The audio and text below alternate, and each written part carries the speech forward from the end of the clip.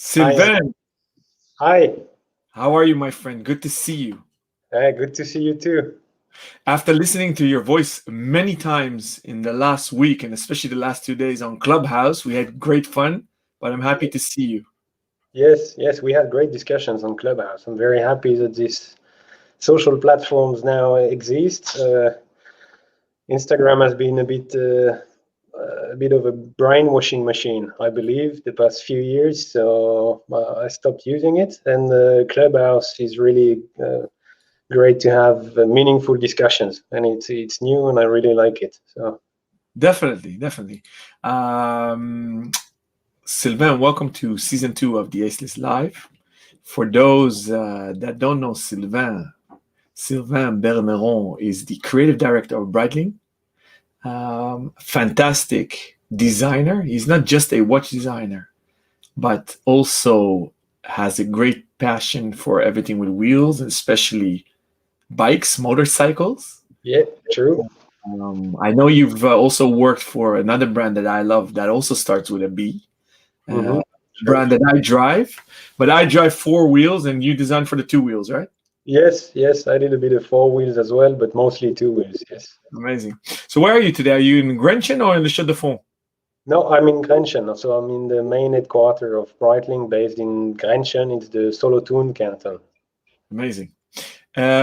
Sylvain, before we dive into the aceless questions, would you mind doing a quick intro about Yes, yourself? yes, with pleasure. So my name is Sylvain. I'm 32 years old. I'm originally born in Paris. Did my studies there. I started my career as a transportation designer, working for BMW in Munich. I lived there for 6 years. I did mostly motorcycles. Uh, I think the best one I did was the BMW Air 90, which was Hmm. a bit already the start of this what we call neo vintage vibe in terms of design, going back to basics. Then I went back to Paris to be a freelance. It was always my dream to go back home and start my own business with my brother.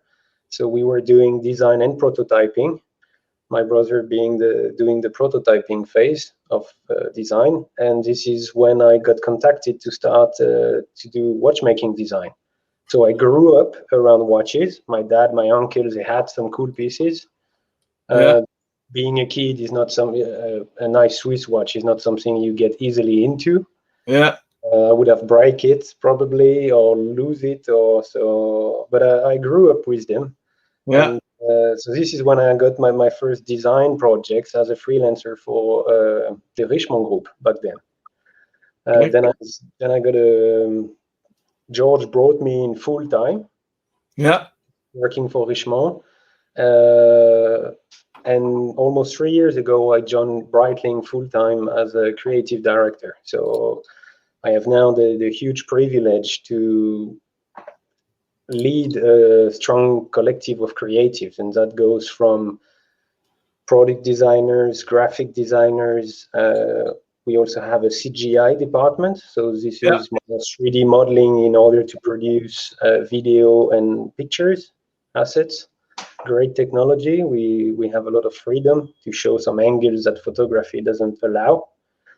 Uh, and yes, that's pretty much what I'm up to these days. Amazing. So while you were telling us about that, I pulled up your Instagram account. So you won't find Sylvain under his other name, but his handle is called Holographic Hammer, which you can see on the screen now. I repeat everything that we write on the screen because we also publish this later as a podcast. Amazing. So just a quick intermezzo. This explains everything why you guys launched this, the Mhm. collab. I assume I guess you had a little bit to do with that. You guys already did a collab with Norton, Yes, and although they are not, theirs is not a real manufacturer of motorcycles. They are a customization, lifestyle, surf brand, aren't they? yes, exactly. Deus is truly one of a kind. I think they have this great ability as a brand to be more of a lifestyle exercise more than Yeah, a brand. So it started with custom bikes. You can also go in their shops, and they usually have a nice restaurant. You can have a beer. You can buy some clothing. do some, and they organize some riding sessions, some surfing sessions. During my time as and I'm a big petrol head and a motorcycle enthusiast, so I know the Deus guys personally as friends. And we are very pleased that we had the chance to do a watch with them, simply because they don't partner with many people. No. And the Top Time Deus, I'm actually wearing one. I'm still in my honeymoon. Amazing. So that was my next question, what you're wearing today. So yes. Congratulations. By the way, I think it's super cool. I think it's a good fit because you guys do a lot with surfing, with Kelly Slater. You obviously did a collab with a motorcycle brand, but I love the Top Time, and you already brought it back, but I think it's really cool. So compliments on that. Congratulations. Thank you. We tried to make it weird a bit. This one, it was all about keeping the Top Time DNA, actually, which is a strong pillar of Breitling, and it was meant to be a watch for young athletes and young people in general. And this delivery, the Top Time Deus, is all about doing a sidewalk a bit and take a step aside. So we have these square counters, we have the lightning second hand, and it's a designed dial as well, which means you have the logo, the dial, wears both logos, Breitling and Deus, which doesn't happen very often. And overall, it makes this piece a very special one. We are happy, and the Deus crew was also very pleased with it. So it's a good sign when both teams are happy with the product, and it has been very well received in the market. We are actually quite surprised how such a niche product receives such a big impact. I don't. I think it's exactly on the pulse of the beat. It's fun. It's not too serious. Obviously, this modern retro is very, very much in. No, I think you're very modest, and I think you guys are hitting one home run after the other. Because if I'm not mistaken, you got on board around the relaunch of the Chronomat as we know, so the 80s Chronomat, so the Schneider era. Because if we listen properly to our good friend Fred Mendelbaum, he taps us on the finger if we call this a Navy timer. It's a Navy timer, but actually the Chronomatic. So, but for the sake of our young and new listeners and watchers, we'll just stick to the names as is. So, I'm wearing my Cosmonaut. Nice. And this is a re-edition for the Mercury 7, the Aurora 7 mission. Obviously, this is a tribute to Scott Carpenter. So this is a watch that infused in my mind as a kid. I'm a huge Breitling fan, own many, vintage and new. But the Navi time and the Cosmonaut are pinnacle for me. So yesterday, for those that missed that or who are not on Clubhouse, if you need an invite, hit me up and I'll send you a invite. Sylvain invited me very kindly to come on his show that he started actually 2 days ago, which is called Watch Anatomy. And it's a weekly show where every week a specific part of a watch is analyzed and discussed. So that was great fun. And Breitling as a brand launched a new series yesterday, which, if I'm not mistaken, is called Squat Talks. So hashtag Squat Talks, which was amazing last night.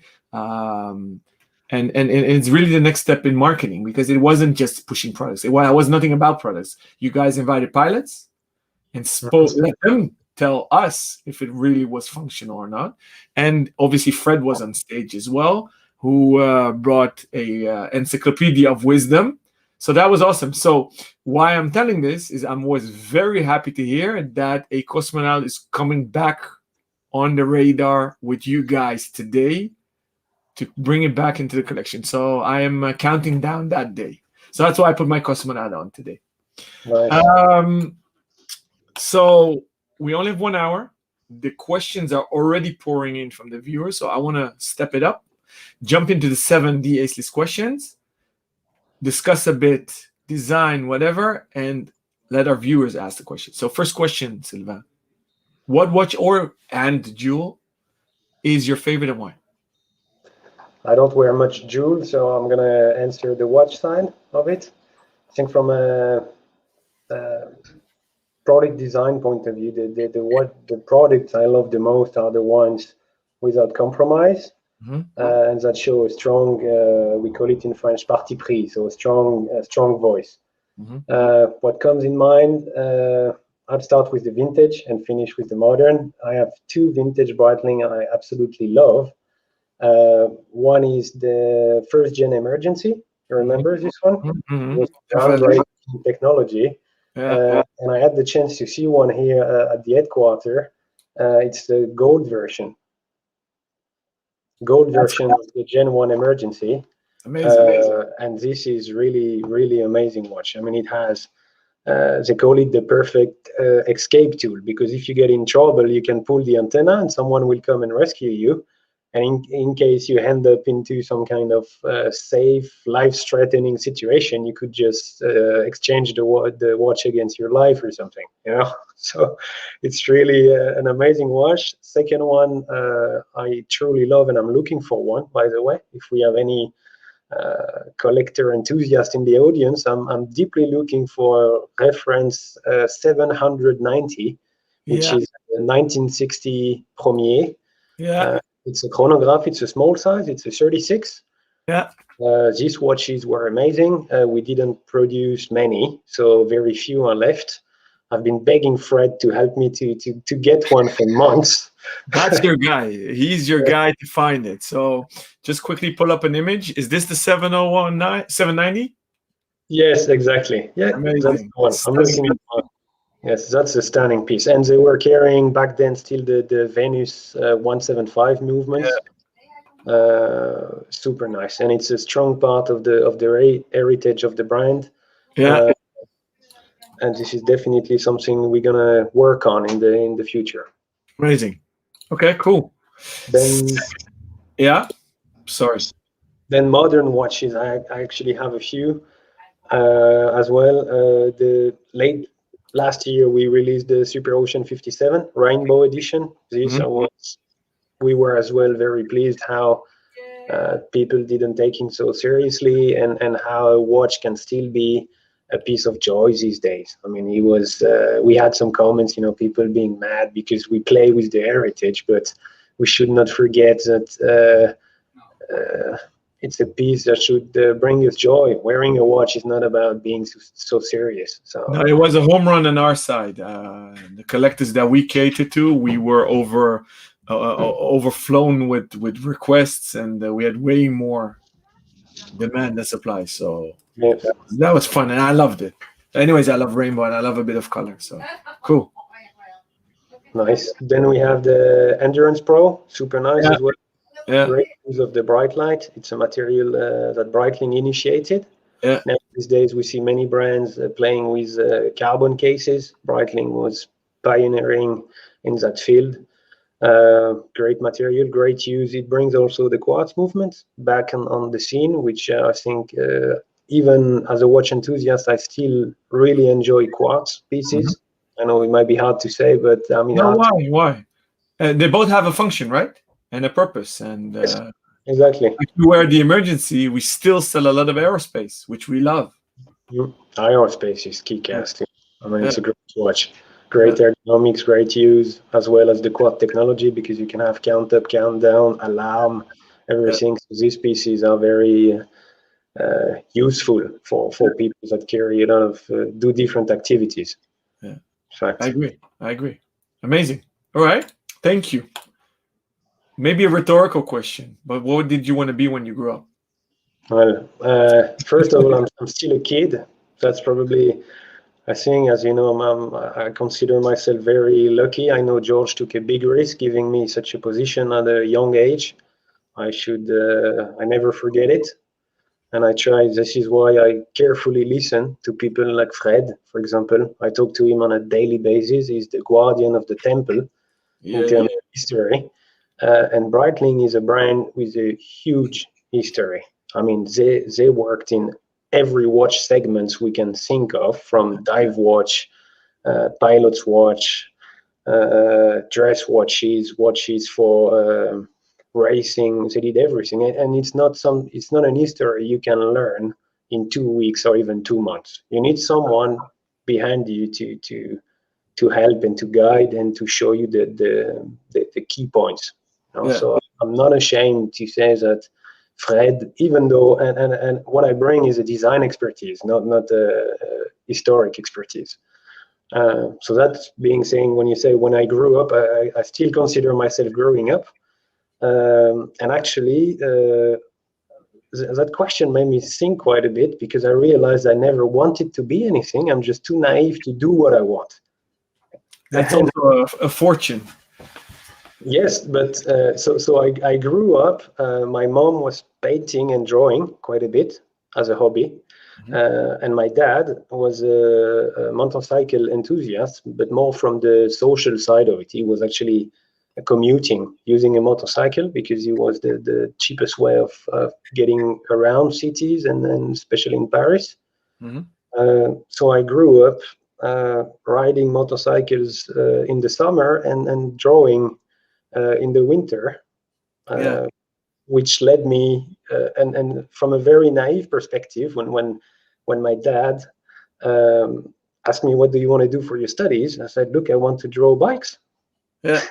And I really had to fight for it, because I remember this discussion as if it was yesterday. He told me, no, Sylvain, I asked you, what do you want to do for a job? I remember really that discussion, because he thought I didn't understand the question. At what age was this?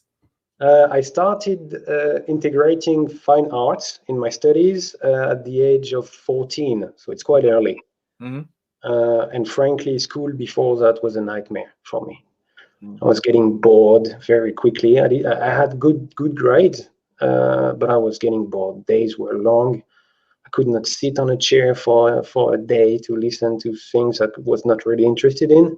And since so I had good grades but bad comments, you know. So I hear you.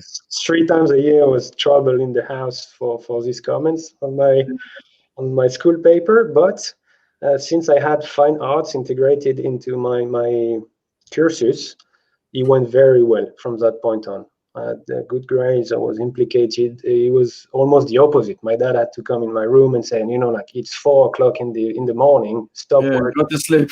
Yeah, exactly. So and I kept drawing since then, and it's I still love drawing. It's one of the things I love to do the most. You put good music on and you let your brain flow, and you just draw things. And I think it's a real privilege to work as a designer. We have that chance to be surrounded by very talented technical team, marketing, after sales, movement, everything. It's really a joy. I really enjoy this job. Amazing. So going from there, who was your role model? Role models. That's also tough. There is one quote that one of my favorites of all time. It's from Ayrton Senna, and he said, "I have no idols. I admire work, dedication, and competence." And actually, these 3 key elements I can find around myself in different people. So, for example, work would have to be my dad. He grew up with literally almost nothing. Yeah. 5 sisters and brothers, and he started to work at 16 because he had no choice.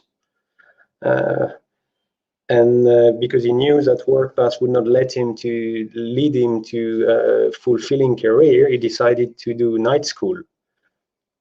And so he went to school every day, and including the weekend, and that lasted for 10 years.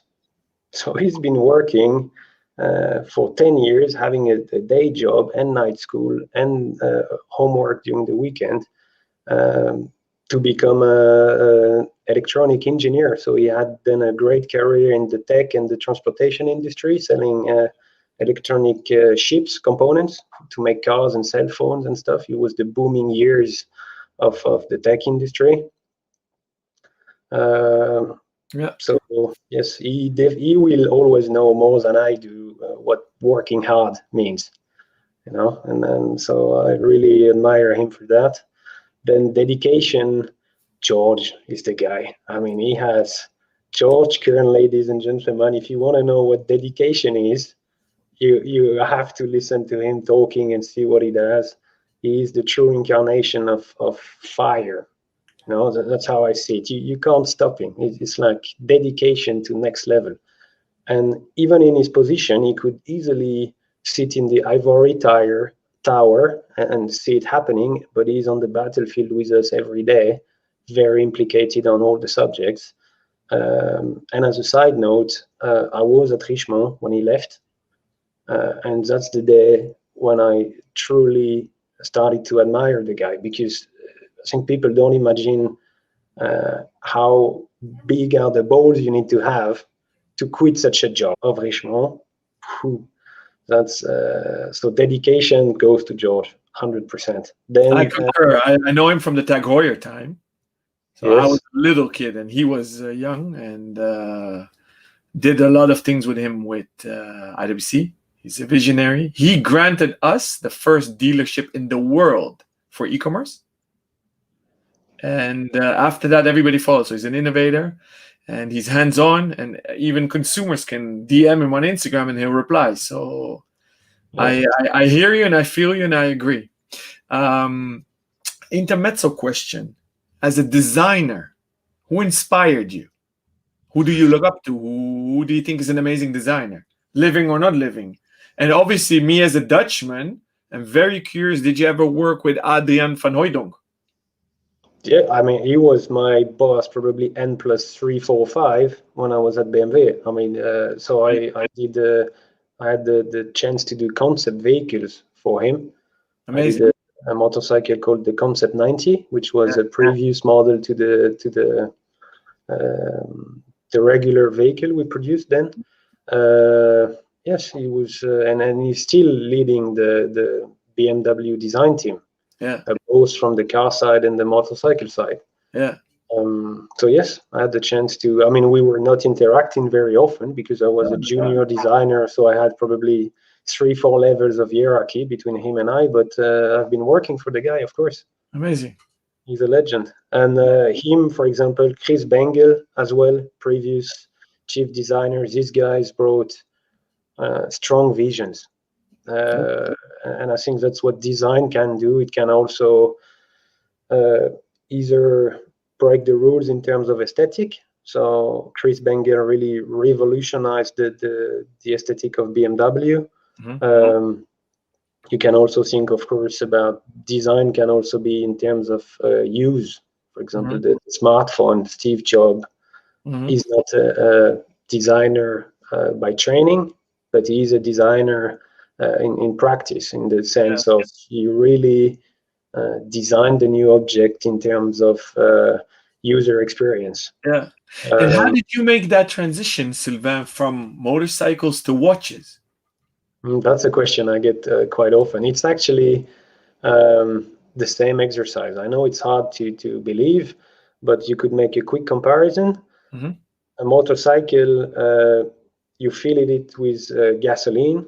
Then the gasoline goes into the engine, and that is transformed into traction through the tires on the road. Mm-hmm. Watch is pretty much the same. You store energy in a spring. Mm-hmm.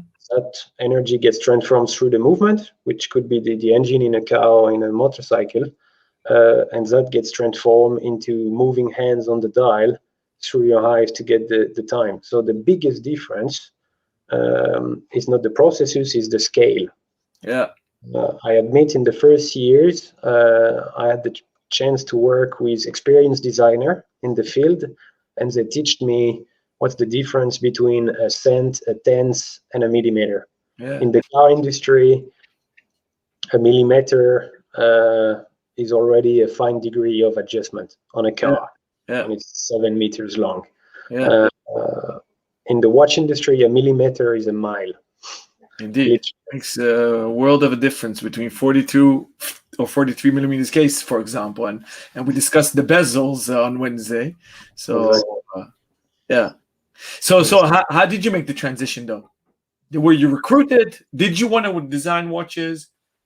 Actually, I always, it's also one thing in the design industry, experience always become key to the next project. So the more you design motorcycles and cars, the more you get calls to do some. Yeah. And I had the chance to receive a call from Richemont to start. And I told them from the get-go, look, I know about watches because I grew up around them, so I know how it feels. I know what is it for.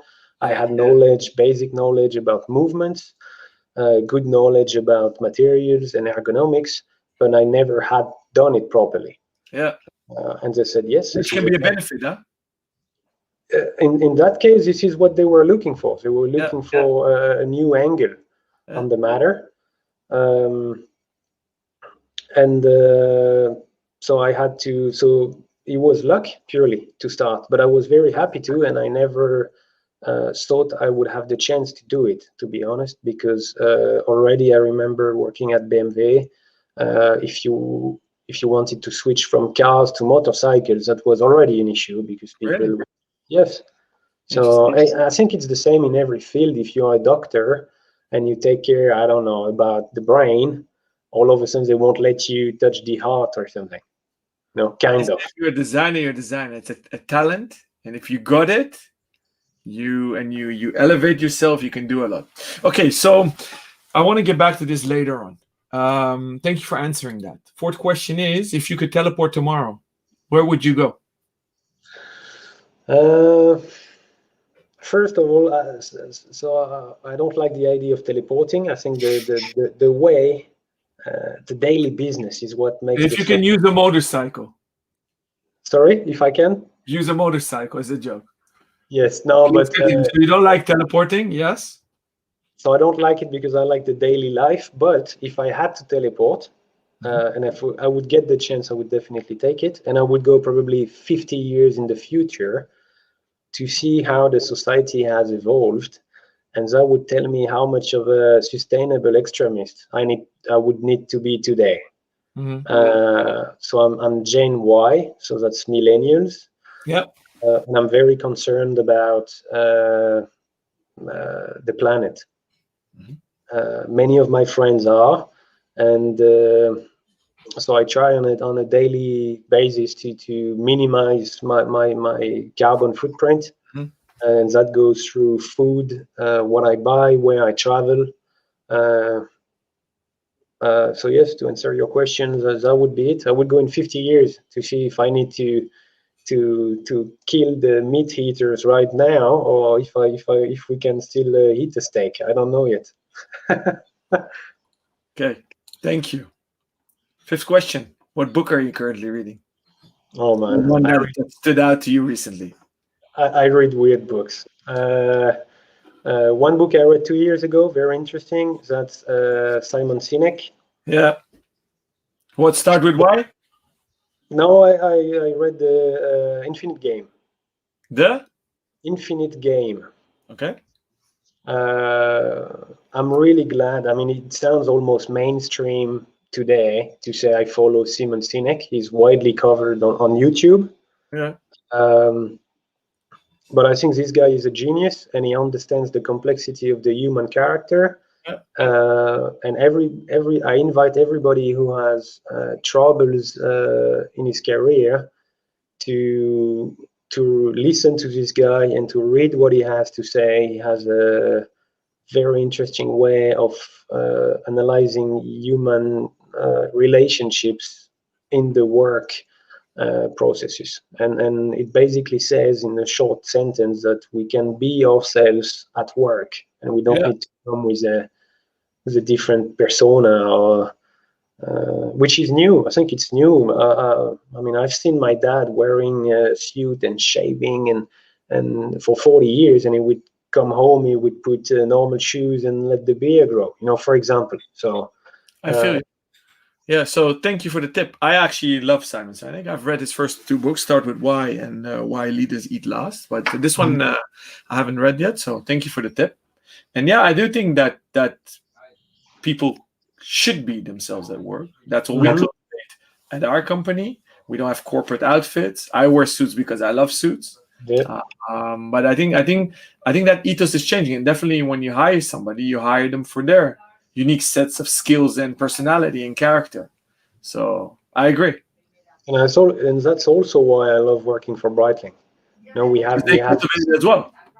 Yes, we have this motto of action, purpose, and style, and we mean it in the sense of I never had to put any special clothing to come to work, and we get to design industrial objects for people who do a lot of activities, and that's what I love. Yeah, yeah, amazing. Sixth question: what do you think this year's color is or going to be? We're still in Q1, so. So, first of all, I wish people would be a bit stronger mentally and should not be influenced. For example, we've seen a huge waves of blue lately. So yes, I wish people would stop wondering about what people are gonna say and buy what they like. It would make the streets a lot more lively. We could see yellow dyes, purple dyes, green, whatever, and it would show the character. I think that's a problem of the world getting global, because you see someone wearing a blue dye from New York to Tokyo, which I regret. But if you ask me, I think that the market will require probably some green and some salmon in the year to come. I think. So and what I loved, you guys were early on the rainbow game, but not the earliest, but that showed balls. But what I love is the bronze, copper, salmonish dial on the new Chronomat that we have on the background of our display right now. How did you guys get to that color? And you're already wearing similar color on your turtleneck. Did you have anything to do with that a little bit? Of course. I mean, it was so we discuss. I mean, it's not only, it doesn't always come from the design department. We have big meetings, obviously, with the marketing team, with George, with design, and we always try to challenge a bit and go a step further. We should definitely not stick to silver, blue, and black, and we always try to do something else. It's a risk, and the brand has to dare to try, because it's either a hit or a flop most of the time. And this new copper/salmon dial we released on the Chronomat has been very well received. So because that's my favorite dial, this one. Yes, so do I. It's cool. So do I. Amazing. Last question, Sylvain. Have you ever been to Amsterdam? And if so, what's your favorite memory? Yes, I've been to Amsterdam. I think last time was 2016 with my girlfriend at the time, which became my wife. And I love the city for many reasons. The architecture, the mindset of people. People are very respectful, very friendly, and everyone is cycling, and I just love it. To me, Amsterdam is one of the few places on earth, and you can find these kind of cities, probably like Zurich as well, where I believe, I'm not saying it's a promise, but I all big cities will evolve in that direction. I think Amsterdam is 30 years ahead in terms of being still a big metropole. You can find culture, you can find every type of good you need, but people, you don't spend your day sitting in a car in a traffic jam and being stressed about it. You can actually enjoy a conversation with your neighbor, cycling to work or coming back home. Amsterdam is killer.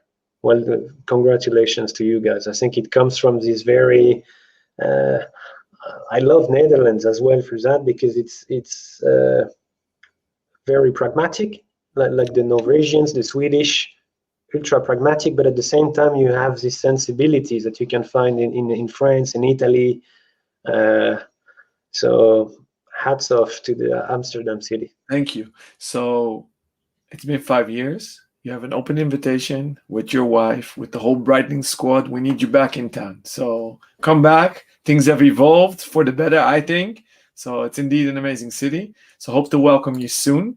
I see we're already hitting the 35 minutes. We have a lot of miles to ground to cover and a lot of miles to run. So I want to keep going because the questions are still pouring in. What is the first watch you had the honor to work on when joining Breitling? It was the relaunch of the Chronomat. Wow.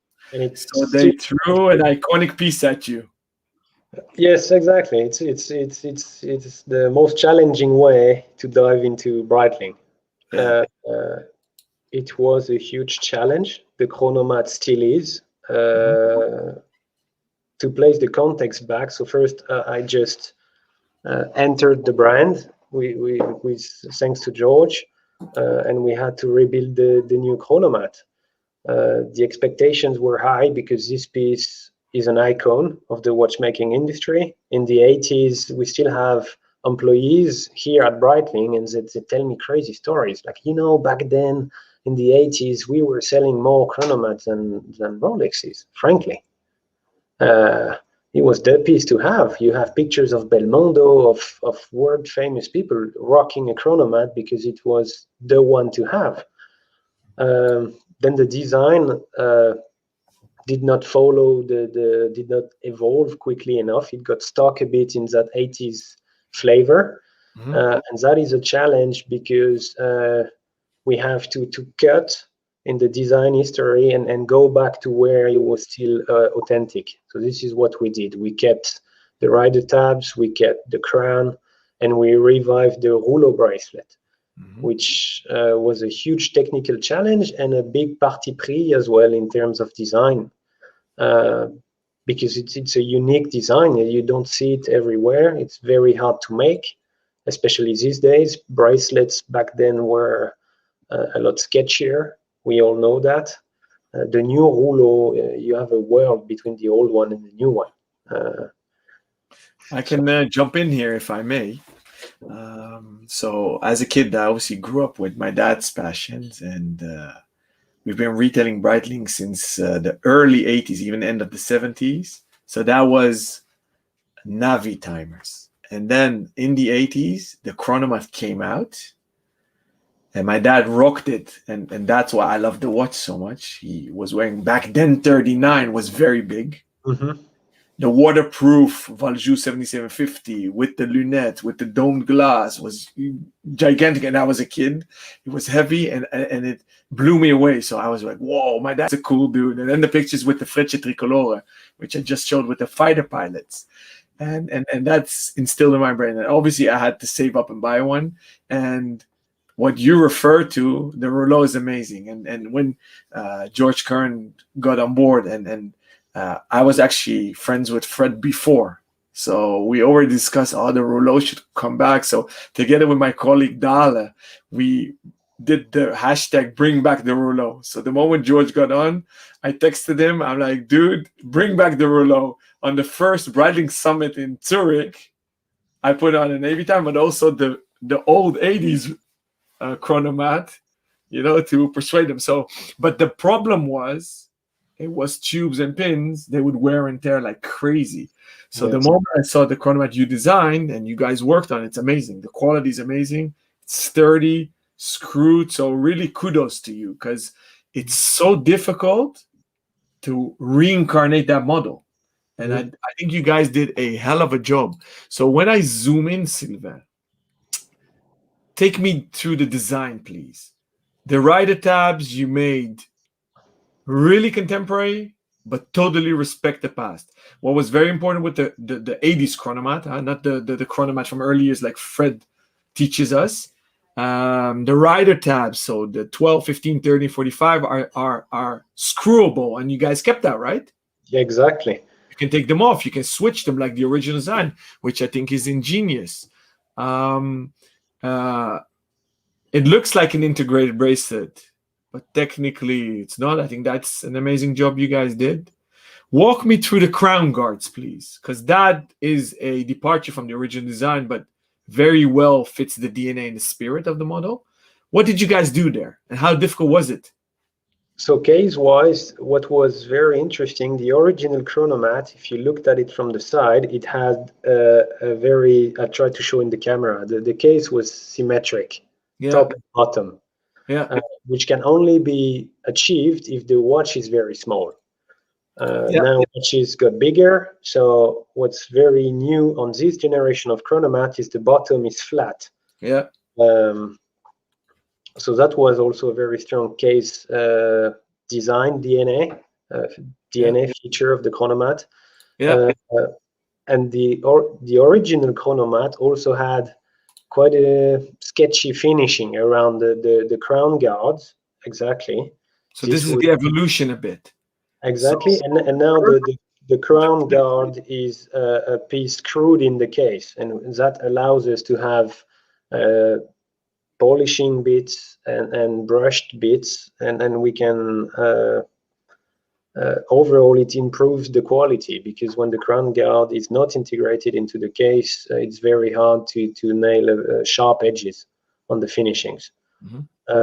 And we also went for this, what they call now panna cotta pushers. Mm-hmm. And this carries the shape of the rouleau, the new rouleau, which is now an ellipse. And this ellipse allows a better comfort and set a different rhythm on the strap. And I want to show, look where my mouse is going. Here you see the technicality of the bracelet, mm-hmm. which really it's built up of all loose parts. So it's a technical engineering success, I think. So I was really blown away. So really congratulations. And if we had more time, we could fill a whole watch anatomy episode for an hour mm-hmm. about it. But we need to keep going. So after this, you guys did ladies' versions.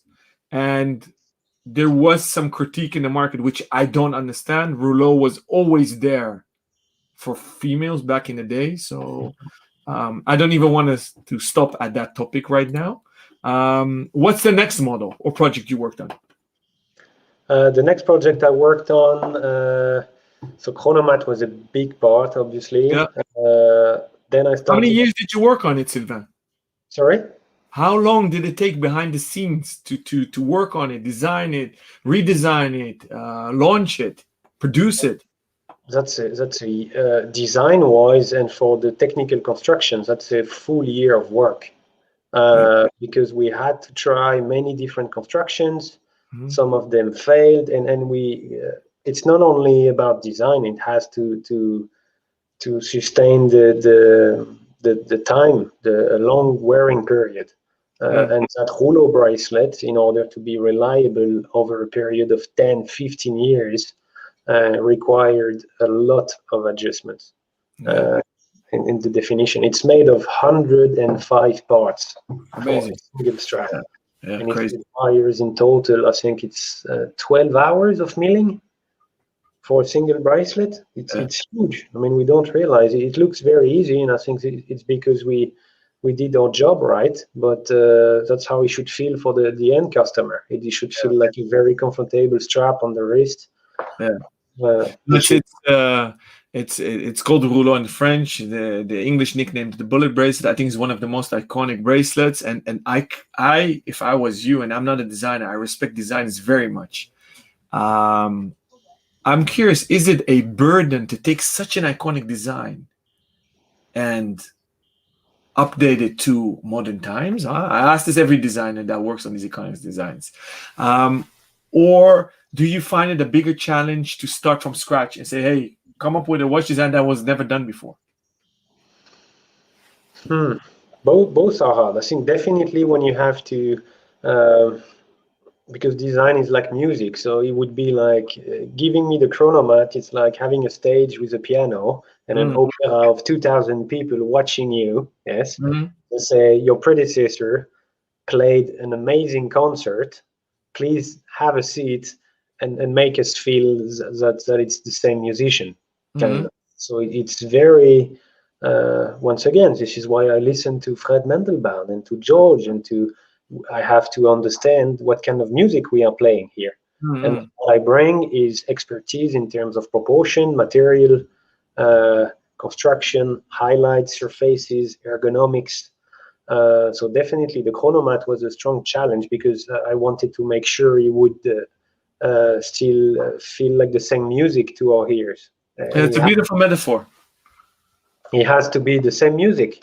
Otherwise, I should not come and put my own taste over the piece. You know, it doesn't matter what I like. I'm here to push the brand forward, and that means speaking in the name of Breitling and not speaking. Again, you're very modest, but I have one more question, and I want to go to our viewers and their questions. But is there another watch you want to highlight maybe before we jump on?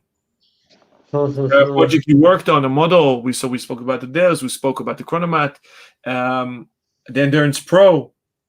Is there another piece you want to highlight, or? No, I should say wait 6 weeks. Yeah. And we'll have something very nice for you.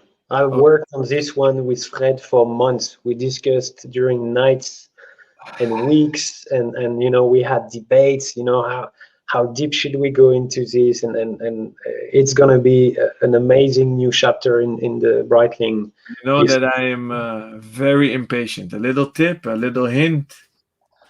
Little hint. Give us something. The Breitling family had a claim, and it was impeccable taste. You know, they said these are pieces of impeccable taste, and this is in the direction we worked on. And the 790 reference I'm looking for is probably a hint of what we could expect.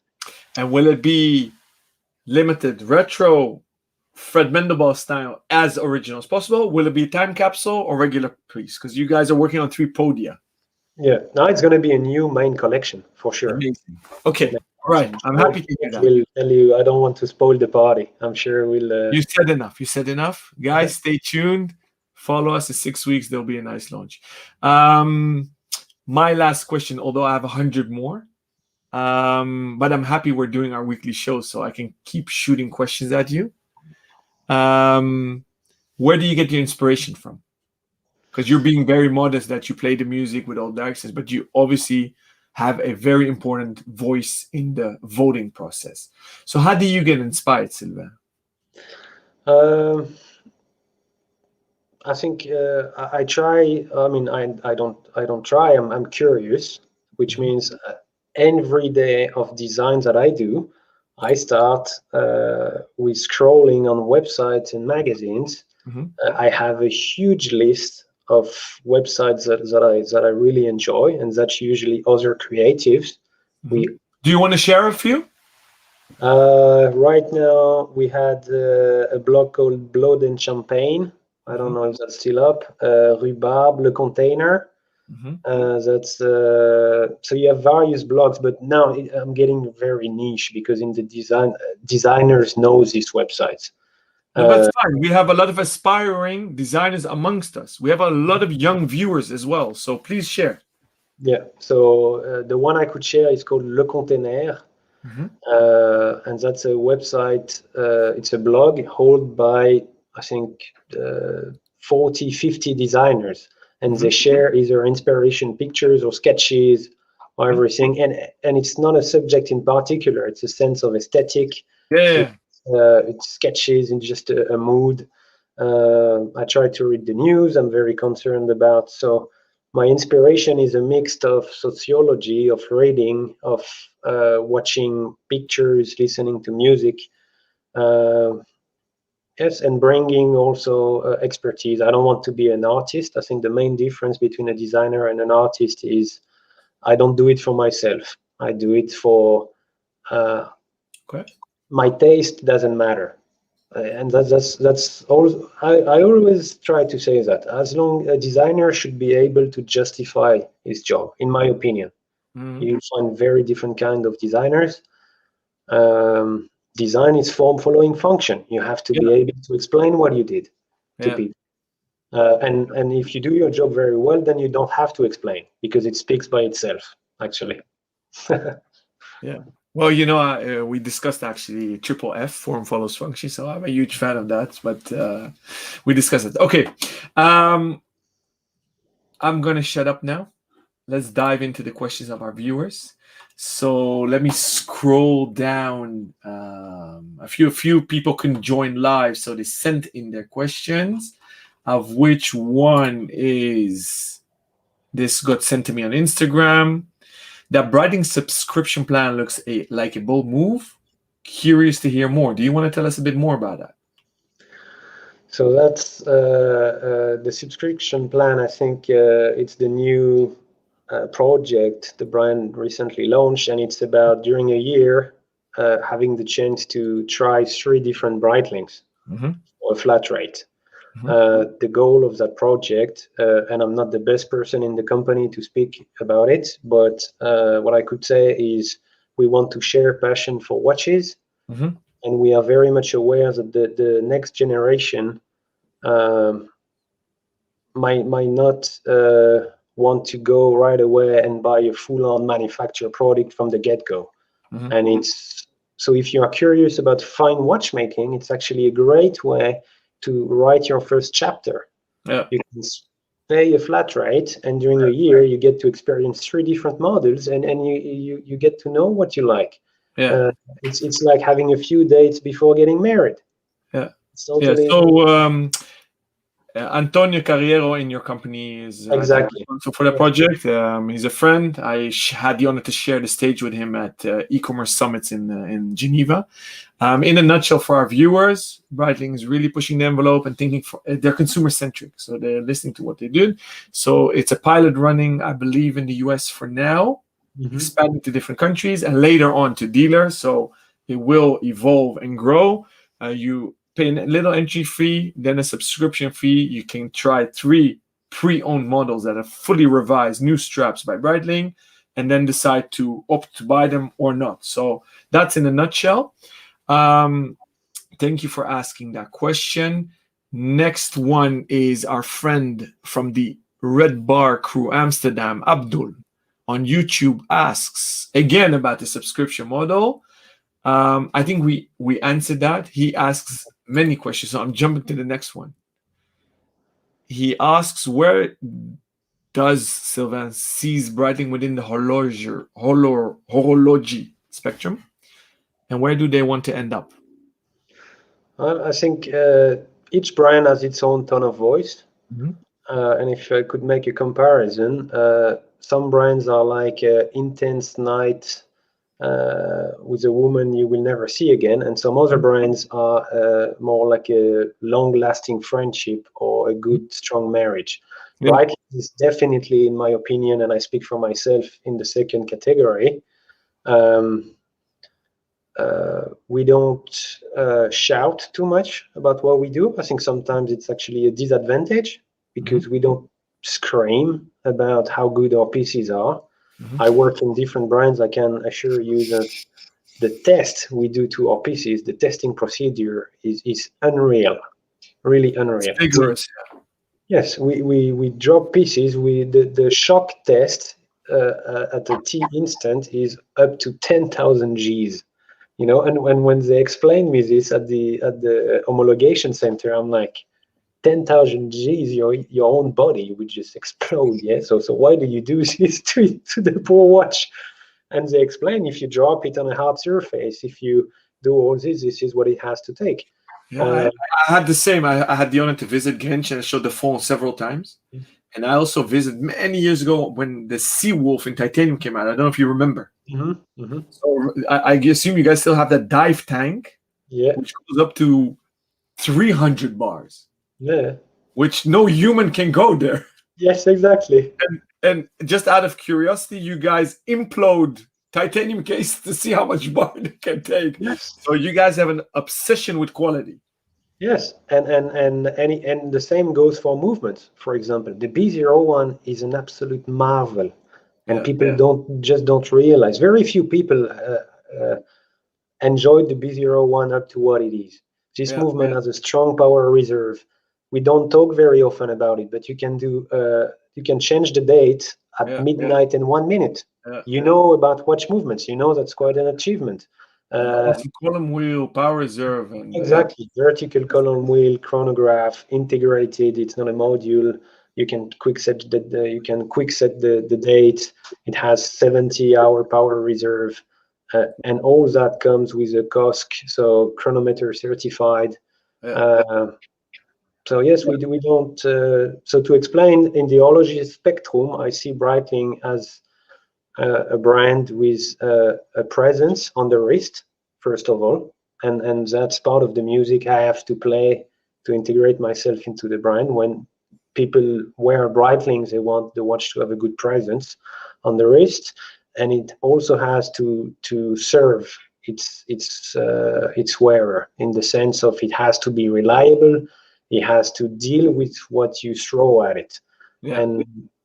And I had my neighbor recently, so now, although it's a few months back, brought me back his pieces. He wore it for 17 years. Typical client, doesn't read the notice. He just open the watch, wear it, go take showers, swim, sleep clapping during complete evenings, and the poor watch has to deal with it. Yeah. And it lasted 17 years, and he gave it to me for service, not because it was broken, but because he realized I was working for Breitling. Yeah. That's amazing. So, amazing. Abdul, I hope that answers your question. You sent in many more questions. Thank you so much. We have less than 5 minutes. I want to give other people also a platform. So thank you for that. Another question is from Melvin, part of the Watch 4 crew on YouTube. He asks, in modern day, one cannot miss the presence of social media. Does social media influences the creative process for you / Breitling? And if so, how? And in brackets, he writes, so not in promoting a new watch, but in designing it. it's a tough question. I think It's a good question. So as a brand, listening to our clients is of course key, and we do most of it through our markets and through our dealers. I think this is where the most interesting feedback comes from. The feedback we get on social media, I'm not so much into it, because most of the times these are very short sentences. You don't really know who said that. So I'm very much against this whole influence processes we have these days. I think, like I said, I don't like having a global world where people sing the same from Tokyo to New York. So I don't look much into it. And what I look at are the truths, which are on our side sales numbers.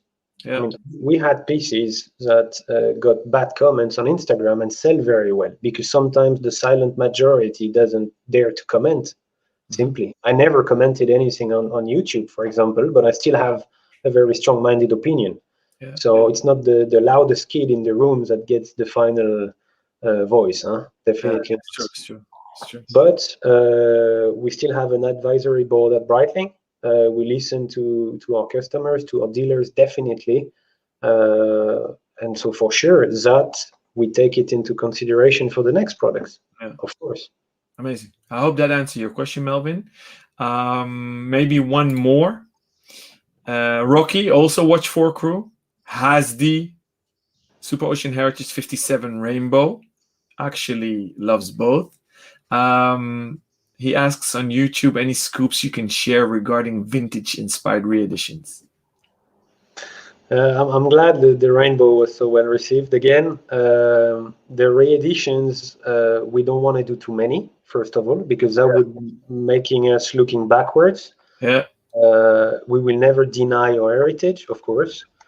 So we did already 2. We did the 806 and the Copilot. Yeah. So the heavy timer and the Copilot. These pieces flew off the shelves like crazy. They got very well received. Every Breitling design will always be the next music chapter of the precedent concert, as I said. And in terms of hints, I should not be commenting, but definitely we're gonna keep plugging in that direction, definitely. Thank you, Sylvain. Rocky, the answer is you can place your pre-order with us. I know you buy watches blind, so no worries, we got you covered. Sylvain, thank you so much. Next week we have our mutual friend Serge. Not next week, sorry, in 2 weeks we have our mutual friend Serge Meillard, the CEO and publisher of Europastar, my favorite trade magazine, on the show. I want to thank you so much. 1 hour is way too short, but I really enjoyed it. And I'm very excited that we have 9 more weeks of Watch Anatomy on Clubhouse. Again, for those viewers that don't have an access to the app, hit me up with a DM and I'll invite you. Merci beaucoup, Serge. Sylvain, sorry. You're welcome, and you're welcome, Alon. And Serge is a very knowledgeable guy when it comes to watches. His watch archives are amazing. Yes, I can only invite you guys to join this conversation with Alon as well, and it's an honor for me to be part. I mean, I'm coming after Way and before Serge, so like I said, I'm just the kid on the block Thank having you. a wild ride. Thank you. Thank you. Thank you. Bye.